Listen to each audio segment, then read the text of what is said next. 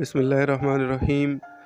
Hello friends, ये PHP से related हमारा 12th ट्यूटोरियल है और आज की वीडियो में हम देखेंगे कंडीशनल स्टेटमेंट्स को। कंडीशनल स्टेटमेंट्स क्या होती हैं और इनको क्यों यूज़ किया जाता है। कंडीशनल स्टेटमेंट्स को हम प्रोग्राम में उस वक्त इस्तेमाल कर रहे होते हैं जब हमने प्रोग्राम के किसी ख़ास हिस्से पे कोड पे किसी कंडीशन के डिपेंडेंट कोई काम करना हो, यानी कोई एक्शन करवाना हो कोड के किसी ख़ास हिस्से से, तो उस वक्त हम कंडीशनल स्टेटमेंट्स को इस्तेमाल करते हैं। अक्सर औक़ात जब आप अपना एक कोड लिखते हैं, उस कोड के अंदर आपकी ख्वाहिश है कि कुछ एक्शंस हों जो कंडीशन डिपेंडेंट हो, तो उस सूरत में आप कंडीशनल स्टेटमेंट्स को इस्तेमाल करते हैं। सपोज़ करें आप एक प्रोग्राम लिख रहे हैं और उस प्रोग्राम में आपने बारिश से मुतल्लिक़ लिखा कि अगर आज बारिश है तो छतरी साथ लेके जाना है, और अगर बारिश नहीं है तो छतरी साथ लेके नहीं जाना। यानी यहाँ पे आपने एक कंडीशन लगाई कि अगर आज बारिश है तब छतरी लेके जाएंगे। पीएचपी के अंदर दर्ज झेल कंडीशनल स्टेटमेंट्स इस्तेमाल होती हैं। इफ़ स्टेटमेंट ये उस वक्त एग्जीक्यूट होती है जब कोई एक कंडीशन ट्रू हो, यानी इफ़ स्टेटमेंट के अंदर का कोड उस वक्त रन होगा जब कोई एक स्टेटमेंट ट्रू हो। इसके बाद है इफ़ एल्स स्टेटमेंट, ये उस वक्त एग्जीक्यूट होगी जब इफ़ स्टेटमेंट की कंडीशन ट्रू होगी। अगर आपकी इफ़ स्टेटमेंट की कंडीशन फॉल्स है तो उस सूरत में एल्स स्टेटमेंट रन होगी। इसी तरह इफ़ एल्स इफ़ और एल्स, ये स्टेटमेंट दो या दो से ज़्यादा कंडीशंस के लिए हम इस्तेमाल करते हैं। अगर डिटेल से हर एक को हम देखेंगे। इसी तरह है स्विच स्टेटमेंट। स्विच स्टेटमेंट भी इफ़ एल्स की तरह काम करती है और इसका बहुत ज़्यादा प्रोग्रामिंग में इस्तेमाल होता है। तो आज हम इफ़ स्टेटमेंट को देखते हैं। जैसा पहले बताया जा चुका, ये उस वक्त रन होती है जब आपकी कोई एक कंडीशन ट्रू हो। इसका सिंटैक्स कुछ इस तरह होता है। इफ़ पैरेंथेसिस के अंदर आप कंडीशन लिखते हैं और कर्ली ब्रैकेट्स के अंदर कोड का वो हिस्सा लिखा जाता है जो इस कंडीशन पे डिपेंडेंट होता है। यानी ये कंडीशन अगर ट्रू है तो कर्ली ब्रैकेट्स के अंदर का पोर्शन रन होगा। एग्ज़ाम्पल में देखें, हमारे पास दो वेरिएबल हैं x और y, और हमने इसके ऊपर कंडीशन लगाई है कि अगर x की जो वैल्यू है वो 10 से बड़ी हो तो आपने स्क्रीन पे इको करना है x is greater than y। Practical में अब हम देखते हैं। यहाँ पे हमने एक फ़ाइल बना ली है इफ़ स्टेटमेंट .php के नाम से।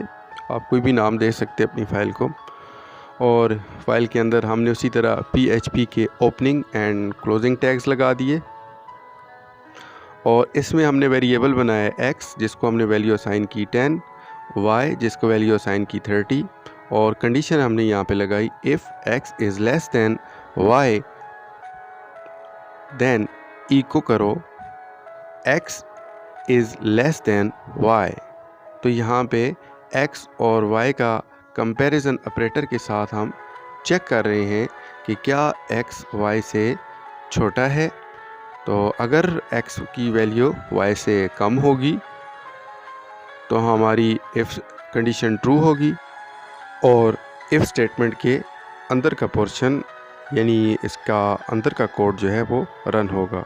फाइल को हम ब्राउज़र में रिफ़्रेश करते हैं तो देखें, चूँकि कंडीशन ट्रू है तो हमारे पास स्टेटमेंट में इको वाला पोर्शन आ गया कि x is less than y। अब हम कंडीशन चेंज कर रहे हैं कि क्या x की वैल्यू y से बड़ी है, तो यहाँ पे हम x की वैल्यू को भी चेंज कर रहे हैं और चेक लगाते हैं और देखते हैं कि क्या हमारी जो इफ़ की स्टेटमेंट है, इफ़ की कंडीशन है, क्या वो ट्रू हो रही है।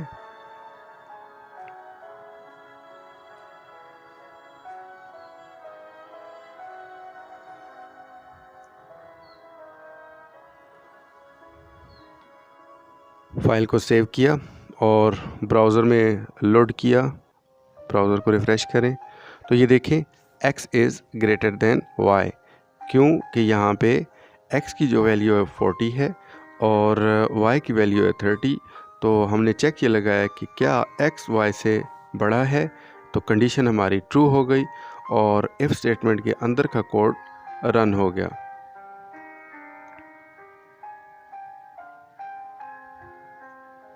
अगेन हम एक और चेक लगा रहे हैं कि अब यहाँ पे हम ये चेक कर रहे हैं कि अगर हमारी कंडीशन फॉल्स कर जाए तब क्या होगा। तो ये देखिए हमारे पास स्क्रीन एम्प्टी है। PHP के अंदर याद रखिए जब भी आपकी कंडीशन ट्रू नहीं होगी यानी फॉल्स में जाएगी तो आपके पास आउटपुट पे एम्प्टी स्ट्रिंग शो होगी। ठीक है, यहाँ पे आपके पास आउटपुट पे हमेशा एम्प्टी स्ट्रिंग शो होगी। अब हम क्या कर रहे हैं, अब हम इफ़ स्टेटमेंट के बाद का कोड लिख रहे हैं, यानी अगर ये कंडीशन फॉल्स कर जाती है तो क्या हमारा प्रोग्राम यहाँ पे आके रुक जाएगा। क्योंकि प्रोग्राम टॉप से बॉटम की तरफ चल रहा होता है, इसलिए अगर कहीं पे कोई स्टेटमेंट फॉल्स कर जाए तो हमारा प्रोग्राम ब्रेक नहीं होगा, बल्कि उसके बाद का जो पोर्शन है वो चलेगा। जैसे अब यहाँ पे हम लिख रहे हैं और इसको देखिए ब्राउज़र में हमने रिफ़्रेश किया, लोड किया, ये देखिए अब ये वाला जो कोड का पोर्शन है हमारा, ये इफ़ स्टेटमेंट या इफ़ कंडीशन के बाहर का है। जो इफ़ कंडीशन के ट्रू होने पे डिपेंडेंट है, ये उससे बाहर का कोड का पोर्शन है। तो जो इफ़ स्टेटमेंट की कंडीशन है अगर वो फॉल्स कर जाए तब भी हमारा ये कोड रन करेगा। उम्मीद है आपको इफ़ स्टेटमेंट से रिलेटेड कॉन्सेप्ट क्लियर हो गए होंगे। अगली वीडियो के अंदर जो है हम देखेंगे इफ़ एल्स स्टेटमेंट को। जो इससे अगला पोर्शन है वो है इफ़ एल्स का, जहाँ 2 कंडीशन पे हम वर्किंग करेंगे। तब तक के लिए अपना ख्याल रखिए। Thanks for watching. अल्लाह हाफिज़। अस्सलामु अलैकुम व रहमतुल्लाह।